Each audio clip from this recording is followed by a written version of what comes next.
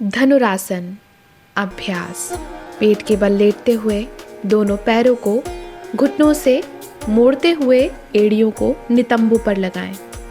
दोनों हाथों को पीछे करते हुए टखनों को पकड़ने का प्रयास करें और जांघों तक पैरों को उठाए रखें। इसके पश्चात सांस लेते हुए छाती और सिर को जितना संभव हो सके उठाने का प्रयास करेंगे। यह स्थिति धनुष के समान की आकृति बनाती है। लाभ: रीढ़ की हड्डी का लचीलापन बढ़ाकर पीठ की मांसपेशियों को मजबूत बनाता है। तनाव को कम कर जठराग्नि को तीव्र करता है तथा शरीर के आसन और उसके संतुलन को बनाए रखने के लिए एक लाभकारी अभ्यास है। अर्धचंद्रासन। दोनों पैरों के बीच अंतर करते हुए हाथों को संभवतः श्वास भरते हुए जितना पीछे ले जा सकते हैं उतना पीछे लेकर जाइए। श्वास को छोड़ते हुए पूर्व स्थिति में आए। इस क्रिया को 5 से 10 बार दोहराइए। यह क्रिया अर्धचंद्रासन की स्थिति है। यह अभ्यास करने से कमर की मांसपेशियों को लचीला बनाया जा सकता है, पेट की अधिक चर्बी को कम करने में सहायक तथा हार्मोन को संतुलित करता है। चक्र आसन। पीठ के बल लेटते हुए घुटनों को मोड़ें और एड़ियों को नितंबों से स्पर्श कराएं। पैर और घुटनों के मध्य लगभग 30 सेंटीमीटर का अंतर होना आवश्यक है। हथेलियों को सिर के पास फर्श पर कंधों की तरफ इशारा करते हुए रखें। यह प्रारंभिक स्थिति है। अब धीरे धीरे शरीर को ऊपर उठाएं और पीठ को मोड़ें। पैरों की उंगलियों और पंजों पर संतुलन बनाएं। जब तक आरामदायक हो तब तक अंतिम स्थिति में रहें। धीरे धीरे सिर को नीचे फर्श पर टिकाएं और फिर धीरे से बाकी शरीर के हिस्से को भी नीचे करें। लाभ: इस आसन के अभ्यास से पीठ की मांसपेशियों को मजबूत और लचीला बनाया जा सकता है। थायराइड और पिट्यूटरी ग्लैंड को उत्तेजित किया जाता है। इसी के साथ साथ शारीरिक ऊर्जा, संतुलन और शरीर की स्थिति को सुदृढ़ बनाया जाता है।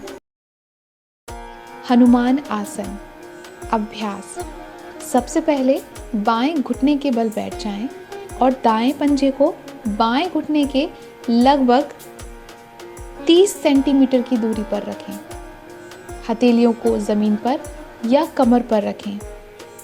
धीरे धीरे दाएं पंजे को आगे की ओर बढ़ाएं। साथ ही शरीर के भार को दोनों हाथों के सहारे संभालें।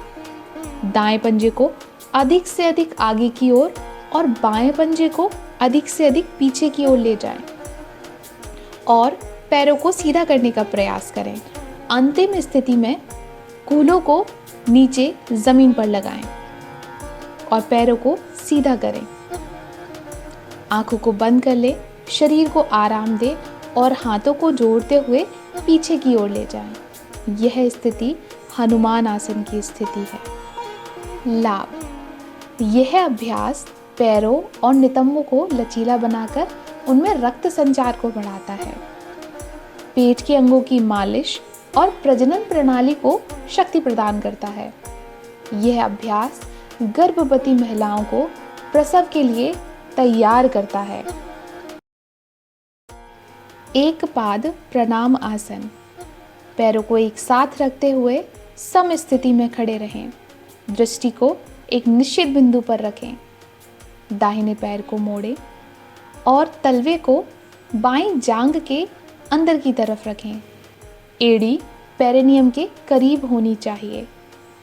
दाहिने घुटने को बाहर की तरफ रखें। जब शरीर संतुलन की स्थिति में हो तो दोनों हाथों से प्रार्थना की स्थिति बनाएं। यह अंतिम स्थिति होगी। कुछ क्षण इस स्थिति में रुकें, संतुलन को बनाए रखें। लाभ: इस अभ्यास से पैरों और एड़ियों को मजबूत बनाया जा सकता है। इस आसन के अभ्यास से मानसिक और शारीरिक संतुलन में सुधार आता है। एकाग्रता को बढ़ाने के लिए यह अभ्यास लाभकारी है। हस्तपाद अंगुष्ठासन अभ्यास। पीठ के बल सीधे लेटते हुए पैरों को सीधा रखें। इसके पश्चात श्वास छोड़ते हुए दाहिने और बाएं पैर के घुटने को पेट की तरफ करें। अब हाथों की सहायता से पैर के अंगूठों को पकड़कर पैरों को संभवतः सीधा करने का प्रयास करें।